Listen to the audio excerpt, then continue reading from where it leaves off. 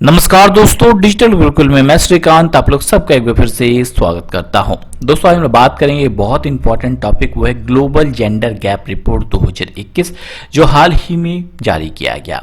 Exam में index से बहुत सारे प्रश्न बनते हैं और एक मोस्ट इंपॉर्टेंट टॉपिक है, सो आज के सामने आपके लिए लेकर आया हूं। आज हम लोग बात करेंगे आखिर में होता क्या है, ग्लोबल जेंडर गैप रिपोर्ट किसके द्वारा जारी किया जाता है, भारत की इसमें स्थिति क्या रही और 2020 में भारत की स्थिति क्या थी। साथ में एक एमसीक्यू के माध्यम से क्विज का टेस्ट लगाएंगे और जानेंगे आप लोगों ने कितना सीखा और क्या क्या प्रश्न एग्जाम में बन सकते हैं। तो चलिए देर न करते हुए सेशन की शुरुआत करते हैं। मोस्ट इंपॉर्टेंट टॉपिक है, 2021 में ये जारी किया गया ग्लोबल जेंडर गैप इंडेक्स। जैसे कि नाम से प्रतीत होता है, जेंडर गैप को दर्शाता है, यानी महिलाओं और पुरुषों के बीच के गैप को ये दर्शाता है। यानी किसी भी देश में एक महिला एक पुरुषों से कितनी compete कर पा रही है, चाहे शिक्षा के क्षेत्र में हो, स्वास्थ्य के क्षेत्र में हो, एजुकेशन के क्षेत्र में हो, या तो किसी भी देश में इकोनॉमिक कंट्रीब्यूशन के क्षेत्र में हो, या तो जन्म के आधार पे हो। एक स्त्री और पुरुष के बीच के जो गैप की है, इसे दर्शाती है ग्लोबल जेंडर गैप इंडेक्स। 2021 में भी ये जारी किया गया। सबसे पहले ये 2006 में जारी किया गया था। कब? 2006 में ये जारी किया गया था। ये प्रतिवर्ष जारी किया जाता है और ये जारी किया किसके द्वारा जाता है, तो वर्ल्ड इकोनॉमिक फोरम द्वारा ये जारी किया जाता है। तो ये एग्जाम में प्रश्न बन सकते हैं कि ग्लोबल जेंडर इंडेक्स किसके द्वारा जारी किया जाता है, तो वर्ल्ड इकोनॉमिक फोरम के द्वारा जारी किया जाता है, जिसका हेडक्वार्टर स्विट्जरलैंड में है और 1971 को जिसका फॉर्मेशन किया गया था। 2021 में भी जारी किया गया। कुल कितने देशों को शामिल किया गया, तो कुल 156 देशों को इस रैंकिंग में शामिल किया गया। तो 156 देशों में से भारत की रैंकिंग रही कितनी, 140। बहुत ही खराब प्रदर्शन रहा है भारत का। अगर दक्षिण एशियाई देशों की बात करें तो भारत का तीसरा सबसे खराब प्रदर्शन करने वाला देशों में से भारत एक है। 2020 में भारत 153वें पोजीशन पे था 112 देशों में से। तो ध्यान रखिए दोस्तों, 2020 में भारत 153 पोजीशन पे था। 2021 में भारत की स्थिति और ज्यादा खराब हो गई और भारत 140वें पोजीशन पे पहुंच गया। सबसे खराब प्रदर्शन करने वाले देशों में टॉप कौन सा है, वो है अफगानिस्तान, 156वें पोजीशन पे है। यानी यहाँ पे स्त्री पुरुष के बीच की समानताएं सबसे खराब है। तो बॉटम वाला देश है अफगानिस्तान और टॉप वाला देश कौन सा है, सबसे अच्छा प्रदर्शन करने वाला देश है वो है आइसलैंड। ये लगातार 12वीं बार इस पोजीशन पे टॉप पे रहा है, यानी स्त्री पुरुष के बीच की समानताएं सबसे अच्छी है आइसलैंड में और सबसे खराब है अफगानिस्तान में। भारत पोजीशन रहा है 140वें पोजीशन पे भारत रहा है और इसे जारी किया जाता है वर्ल्ड इकोनॉमिक फोरम के द्वारा। तो अभी तक हम लोगों ने क्या सीखा, एक बार रिवाइज करवा दूं दोस्तों कि हाल ही में वर्ल्ड इकोनॉमिक फोरम के द्वारा जारी किया गया कौन, ग्लोबल जेंडर गैप रिपोर्ट 2021। कुल कितने देशों को शामिल किया गया था, तो 156वें देशों को उसमें शामिल किया गया था। भारत 28 पायदानों के नुकसान के साथ रहा कितने पोजीशन पे, 140वें पोजीशन पे। अब ये जो जेंडर गैप रिपोर्ट है किस आधार पर तैयार किया जाता है, तो मुख्य रूप से 4 आधार पर यह तैयार किया जाता है। आर्थिक भागीदारी और अवसर यानी इकोनॉमिक पार्टिसिपेशन एंड अपॉर्चुनिटी, शैक्षणिक योग्यता यानी एजुकेशनल अटेनमेंट, स्वास्थ्य और उत्तरजीविका यानी हेल्थ एंड सर्वाइवल, राजनीतिक सशक्तिकरण यानी पॉलिटिकल एम्पावरमेंट। इस आधार पर यह तैयार किया जाता है और इसमें टॉप पे कौन सा देश रहा, इस पर टॉप पे रहा आइसलैंड और सबसे खराब प्रदर्शन करने वाले देश में टॉप पे रहा कौन सा, अफगानिस्तान। यानी टॉप पे फर्स्ट नंबर पे रहा आइसलैंड और 156 देशों को शामिल किया गया था, तो 156 पोजीशन पे रहा अफगानिस्तान। तो अगर भारत की स्थिति की बात करें तो 156 देशों में भारत 140वें पोजीशन पे रहा। ध्यान रखिए, इस इंडेक्स में 65वें पोजीशन पे बांग्लादेश रहा और पाकिस्तान 153वें पोजीशन पे रहा है।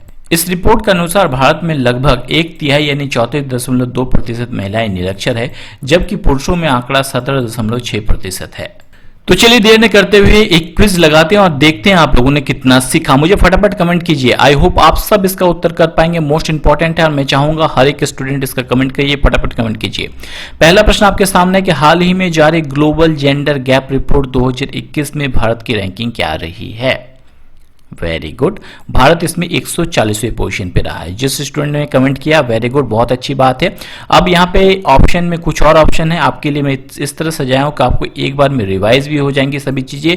जैसे 121वें पोजीशन पे भारत कब रहा था, आर्थिक स्वतंत्रता सूचकांक 2021 में भारत 121वें पोजीशन पे रहा था। अंतर्राष्ट्रीय बौद्धिक संपदा सूचकांक 2021 में भारत 40वें पोजीशन पे था और हैप्पीनेस इंडेक्स 2021 में भारत 139 पोजीशन पे रहा था। तो अगर आपसे एक बार प्रश्न में फटाफट आपसे पूछ लिया जाए कि आर्थिक स्वतंत्रता सूचकांक 2021 यानी इकोनॉमिक फ्रीडम इंडेक्स 2021 में भारत की स्थिति क्या थी, तो इसमें भारत 121वें पोजीशन पे रहा था। ध्यान रखिए, टॉप पे कौन सा देश था, सिंगापुर था, भारत 121वें पोजीशन पे था। कुल देशों में से भारत 121वें पोजीशन पे रहा था। टॉप पे सिंगापुर, दूसरे नंबर पे न्यूजीलैंड, तीसरे नंबर पे रहा था कौन? ऑस्ट्रेलिया। एक और रैंकिंग की बात कर रहे थे हम लोग हाल ही में जारी, अंतर्राष्ट्रीय बौद्धिक संपदा सूचकांक 2021 में भारत किस स्थान पर रहा था? मोस्ट इंपॉर्टेंट है, ध्यान रखिए एग्जाम में पूछा जाएगा। तो अंतर्राष्ट्रीय बौद्धिक संपदा सूचकांक में भारत रहा था 40वें पोजीशन पे। अब इससे क्या क्या प्रश्न बन सकते हैं? जैसे ये तो क्लियर हो गया कि अंतर्राष्ट्रीय बौद्धिक संपदा सूचकांक में भारत रहा 40वें पोजीशन पे। टॉप पे कौन रहा? तो टॉप पे इसमें अमेरिका रहा था। इसे जारी किसके द्वारा किया जाता है? तो यूएस चैम्बर ऑफ कॉमर्स के द्वारा इसे जारी किया जाता है। एक और मोस्ट इंपॉर्टेंट प्रश्न कि हैप्पीनेस इंडेक्स 2021 में भारत किस स्थान पे रहा था, यानी कौन सा देश कितना खुशहाल है, इस आधार पे भारत 139 पोजीशन पे था। हैप्पीनेस इंडेक्स की बात करते हैं, बहुत इंपॉर्टेंट है, इसे जारी किसके द्वारा किया जाता है? तो संयुक्त राष्ट्र सतत विकास समाधान नेटवर्क यानी UN sustainable development solution network के द्वारा। टॉप पे इसमें फिनलैंड रहा था, कुल 149 देशों को शामिल किया गया था। भारत इसमें 139 पोजीशन पे रहा था। ध्यान रखिए कितने पोजीशन पे? 139 पे भारत, कुल 149 देश, टॉप पे फिनलैंड, जारी किया गया UN sustainable development solution network के द्वारा। अब अगर आपसे पूछा जाए ग्लोबल जेंडर गैप रिपोर्ट 2021 जो है किस संस्था द्वारा जारी किया जाता है, तो इसे WEF यानी वर्ल्ड इकोनॉमी फोरम के द्वारा जारी किया जाता है। अगला प्रश्न अगर आपसे पूछा जाए ग्लोबल जेंडर गैप रिपोर्ट पहली बार किस वर्ष जारी किया गया था, तो पहली बार ये 2006 में जारी किया गया था। अब आपसे मैं 2-3 प्रश्न पूछूंगा और आई होप आप इसका उत्तर कर पाएंगे और आप मुझे ये कमेंट बॉक्स में कमेंट करके बताएंगे। मैं आशा करूंगा हर एक स्टूडेंट जो इस वीडियो को देख रहा है कमेंट करेगा एक बार, क्योंकि अगर आप लोग कमेंट करते हैं तो आप कभी जिंदगी में नहीं भूलिएगा। साथ में जितने आपको डिटेल्स याद है इसके बारे में आप कमेंट बॉक्स पर लिखिए, ताकि एक बार लिख देंगे आप कभी भी नहीं भूलिएगा और आप बाकी स्टूडेंट्स भी इसमें पढ़ेंगे, उनको भी बेनिफिशियल होगा इसमें।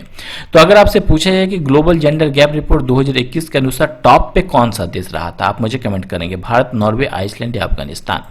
अगला प्रश्न आपके लिए है कि ग्लोबल जेंडर गैप रिपोर्ट, आपको मैं नंबरिंग कर देता हूं ताकि इजीली आप आंसर दे पाएंगे। जैसे क्वेश्चन नंबर 1 दीजिएगा और साथ में इसका उत्तर दीजिएगा।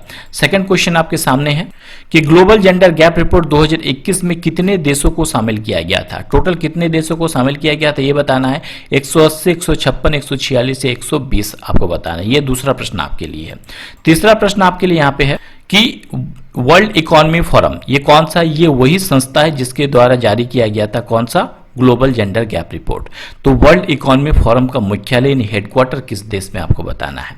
भारत, स्विट्जरलैंड, ऑस्ट्रेलिया और श्रीलंका। साथ में आप जितनी भी आपके पास इंफॉर्मेशन है वर्ल्ड इकोनॉमी फोरम के बारे में, जैसे इसकी स्थापना कब हुई थी, इसका मुख्यालय कहाँ पे है, इसका हेड कौन है, तो ये चीजों के बारे में आप कमेंट बॉक्स पे कमेंट कर सकते हैं। आप एक बार कर दीजिएगा, आप कभी भी नहीं भूलिएगा। दोस्तों आज के लिए इतना ही, जल्द ही लौटेंगे नई वीडियो नई नॉलेज के साथ। तब तक हंसते रहिए, मुस्कुराते रहिए।